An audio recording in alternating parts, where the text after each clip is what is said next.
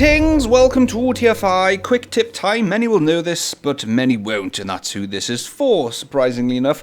It's about text on drawings and how it can become disconnected. So the problem is, when you create some text on a drawing, and then you type in your bit text, like so, Inventor doesn't know what view that text was supposed to be related to. So when you grab your view and you move your view around, the text obviously stays put. So you've got to kind of shuffle the text around with the view, which is less than ideal, is it not?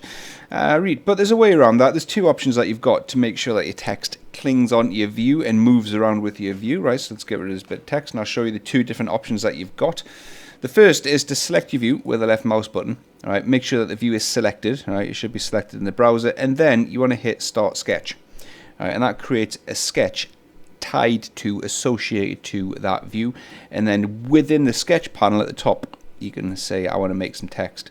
And then we'll do the exact same thing. We'll type in some text, click OK, right click on OK. Move that the way you want it to be, click Finish Sketch. That text is now inside the view, right? So now when that moves, your text moves. So that's one way of doing it. The other way of doing it, which is a bit easier and a bit more manageable, is to use leader text, right? And then you select where you want the text to be hooked onto.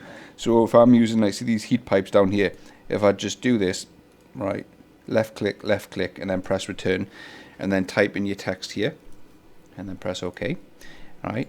Yeah, you've got a leader line. But what you can do is just select the leader line, right click on it, and then delete leader. And you've now got a bit of text which is still clinging onto the object that your arrow was pointing at, if you know what I mean. But either way, it's hooked on. And that's how you do it. That's the only real ways you've got, that I know of anyway, of clinging text to your views so it moves around. Because the last thing you want is to be needing to move your view and to be thinking to yourself, oh, but the amount of text that's got to move around with it. But now you don't. Alright, that'll do.